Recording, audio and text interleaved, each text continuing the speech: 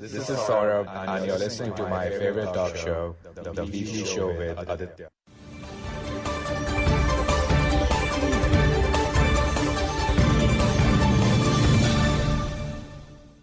Tables, ladders, and chairs, the final pay-per-view of 2020, which means that the tables, ladders, and chairs, which are often used by the competitors on one another, and once they use tables, ladders, and chairs, the referee deems it illegal and rings the bell.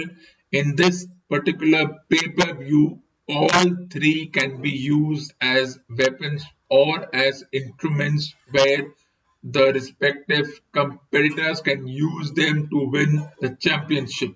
Before the wrestlers get in the ring, they bend down on one knee, open the apron of the ring, and take out the tables, ladders, and chairs which are strategically placed for them to use.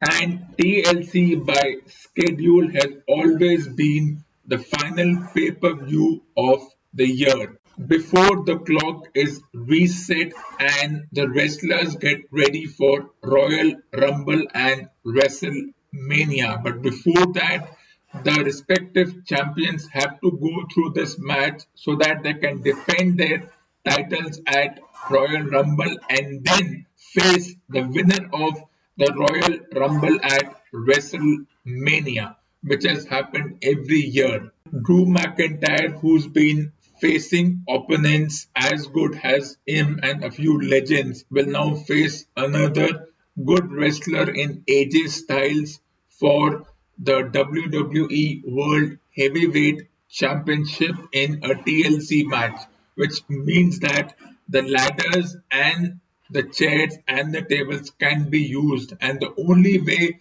to win the match is to climb the ladder and grab the title, which will be hung above the ring, which generally means no countouts, no disqualifications. That also means that the wrestler can use the external help. So what is the match card like so far? Well, till now only the WWE World Heavyweight Championship between AJ Styles and Drew McIntyre has been confirmed, along with the Women's Tag Team Championship, while there is a possibility of Roman Reigns facing Kevin Owens for the WWE Universal Heavyweight Championship, and there are a host of tag team and singles competition to follow.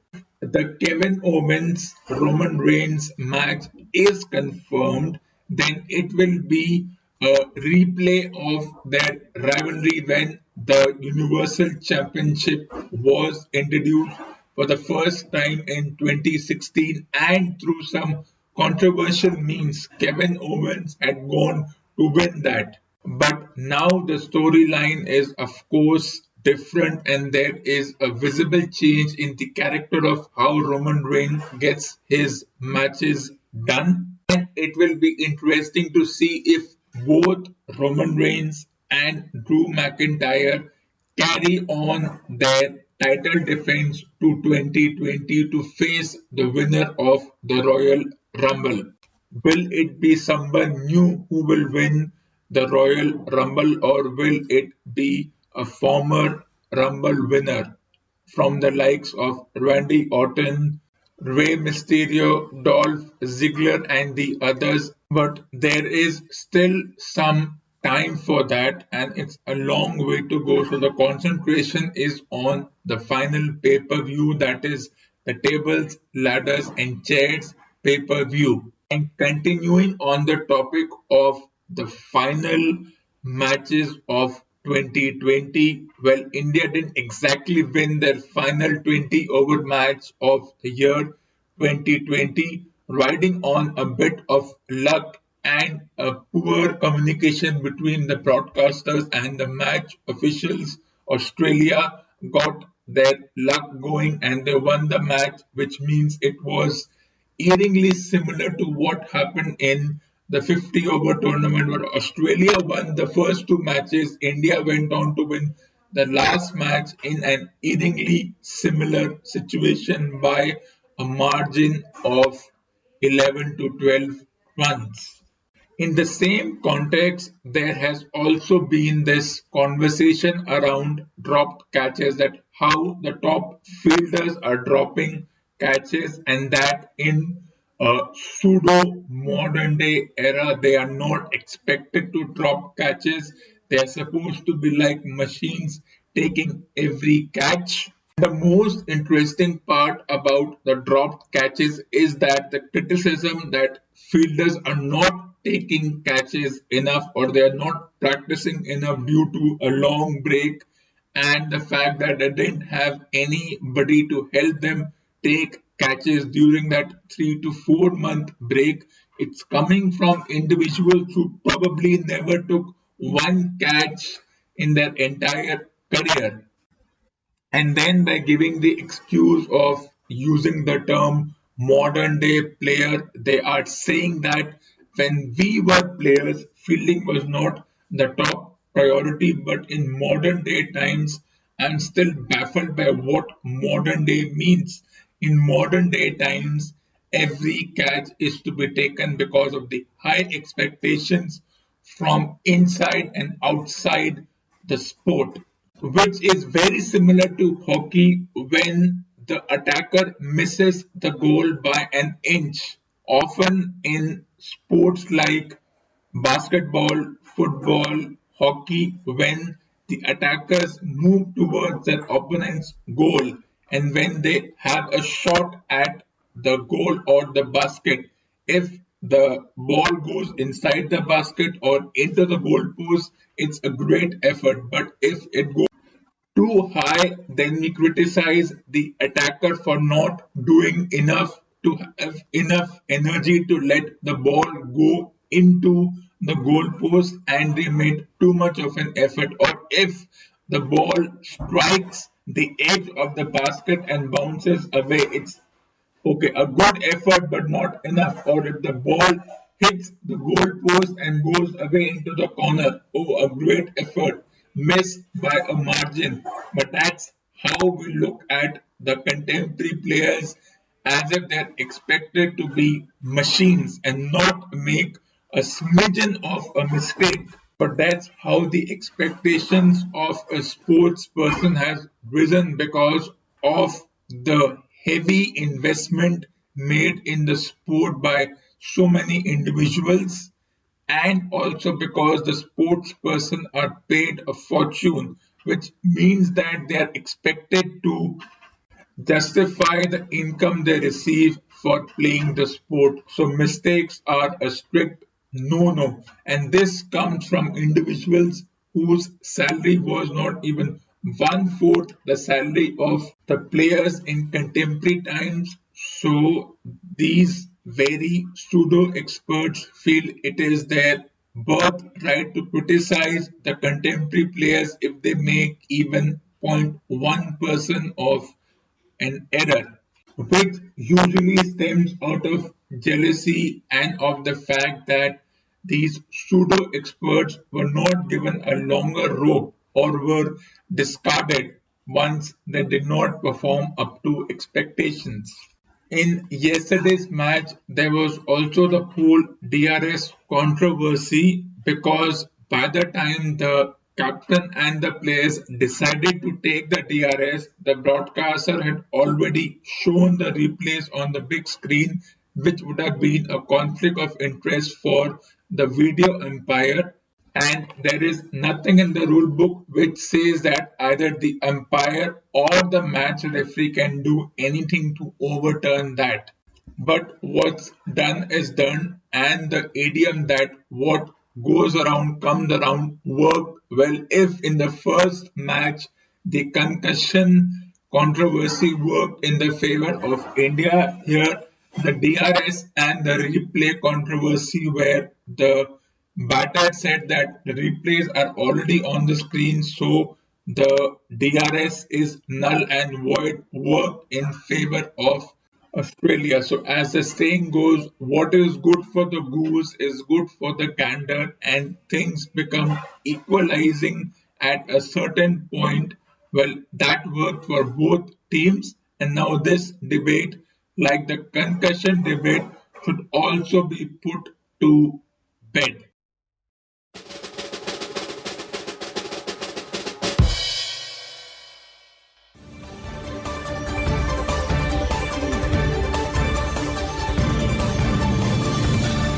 Walk a lonely road, the only one that I've ever known. Don't know where it goes, but it's home to me, and I walk alone. I walk this empty street on the boulevard of broken dreams, where the city sleeps, and I'm the only one, and I walk alone. I walk alone. I walk alone. I walk alone.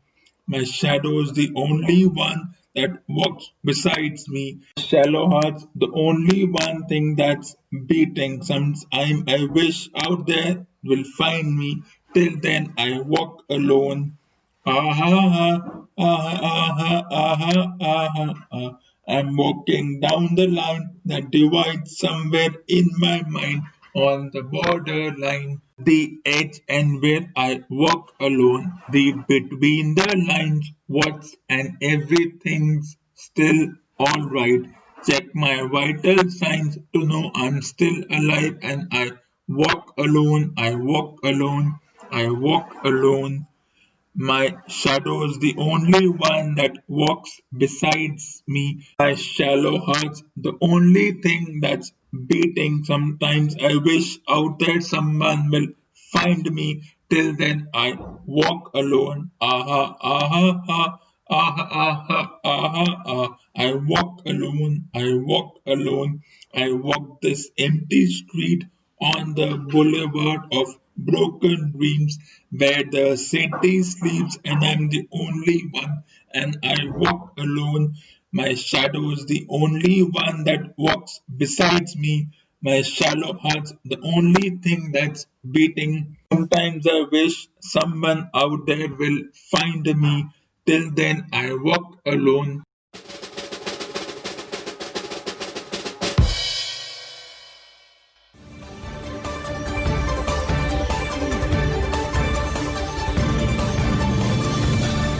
Sir Joseph received Hercule Poirot in his study. He said, "Well, Mr. Poirot, make your boast good."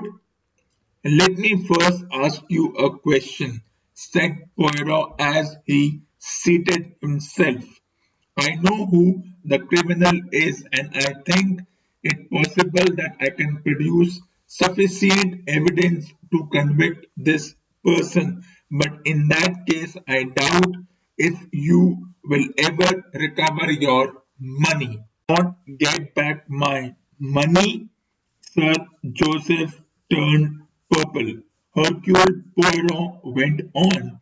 "But I am not a policeman. I am acting in this case solely in your interests. I could, I think, recover your money intact if no proceedings were taken," said Sir Joseph. "That needs a bit of thinking about. It is entirely for you to decide. Strictly speaking, I suppose you ought to prosecute in the public interest. Most people would say so," said Sir Joseph sharply. "It wouldn't be their money that had gone west. If there's one thing I hate, it's to be swindled. Nobody's ever swindled me and got away with it." "Well then, what do you decide?" Sir Joseph hit the table with his fist. "I'll have the brass. Nobody's going to say they got away with £200 of my money." Hercule Poirot rose, crossed to the writing table, wrote out a cheque for £200 and handed it to the other man. Sir Joseph said in a weak voice, "Well, I'm damned. Who the devil is this fellow?" Poirot shook his head. If you accept the money, there must be no questions asked. Sir Joseph folded up the check and put it in his pocket. That's a pity, but the money is the thing. And what do I owe you, Monsieur Poirot? My fees will not be high. This was, as I said, a very unimportant matter. He paused and added, nowadays nearly all my cases are murder cases. Sir Joseph started slightly. Must be interesting, he said. Sometimes, curiously enough, you recall to me one of my earlier cases in Belgium many years ago. The chief protagonist was very like you in appearance. He was a wealthy soap manufacturer. He poisoned his wife in order to be free to marry his secretary. Yes, the resemblance is very remarkable. A faint sound came from Sir Joseph's lip. They had gone a queer blue colour. All the ruddy hue had faded from his cheeks. His eyes, starting out of his head, stared at Poirot. He slipped down a little in his chair. Then with a shaking hand he fumbled in his pocket. He drew out the cheque and tore it into pieces. That's washed out. See, consider it as your fee. Oh, but Sir Joseph, my fee would not have been as large as that. That's all right. You keep it. I shall send it to a deserving charity. Send it any way you damn well like.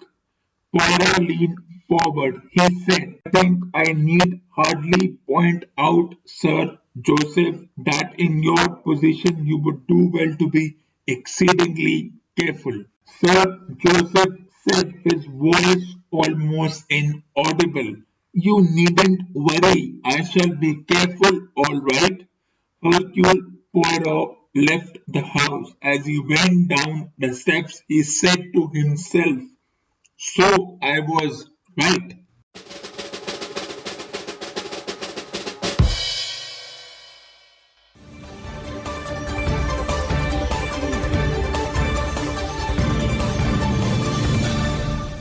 These patrons of livings with picarages to bestow always hold rather rigid views as regards the qualifications they demand from the curates they are thinking of promoting to fields of higher activity. Left hooks, however adroit, are not among them.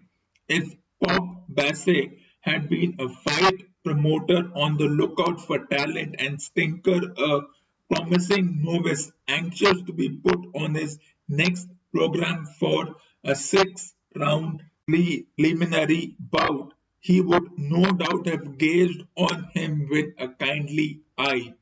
As it was, the eye he was now directing at him was as cold and bleak as if an old crony had been standing before him in the dock, charged with having moved pigs without a permit or failed to abate a smoky chimney. Could see trouble looming, and I wouldn't have risked a bet on the happy even at the most liberal odds. The stickiness of the atmosphere, so patent to my keener sense, had not communicated itself to Stiffy. No voice was whispering in her ear that she was about to be let down with a thud which would jar her to the back teeth. He was all smiles and with whatever the word is, plainly convinced that the signing on the dotted line was now a mere formality. Here we are, Uncle Watkin, she said, beaming freely. So I see, I have brought Harold. So I perceive.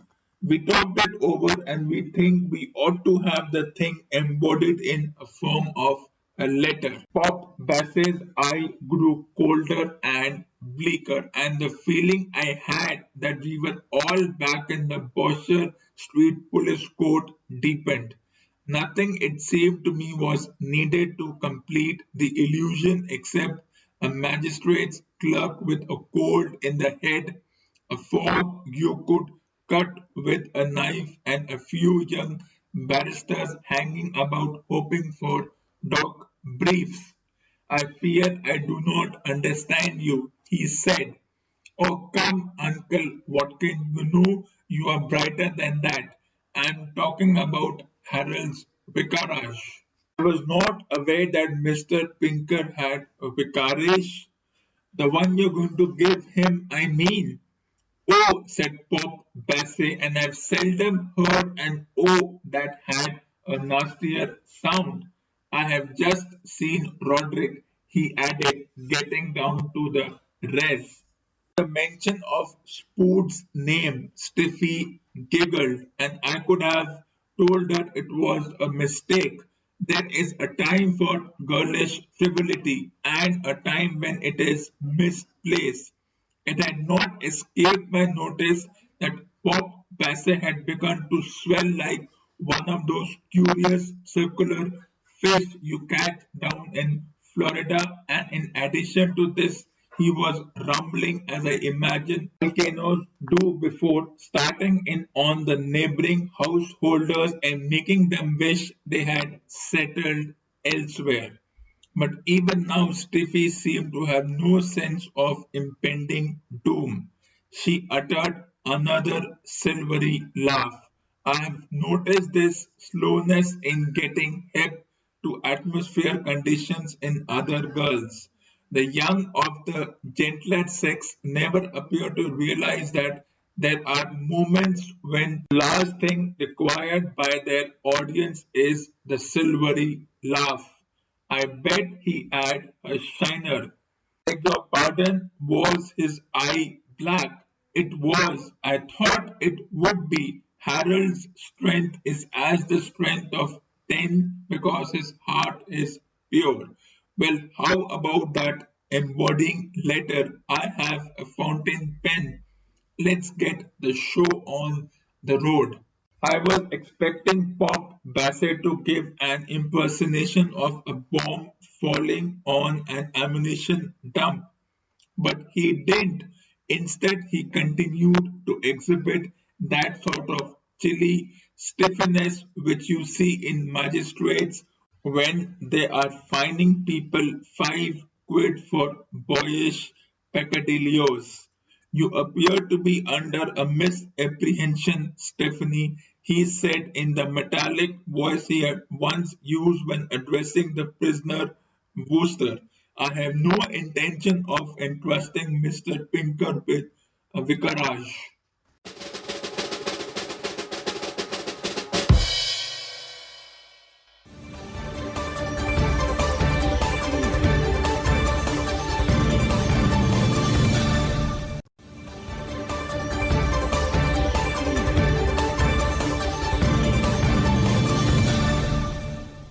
For more awesome content, tune in to the next episode of the weekly show with Aditya.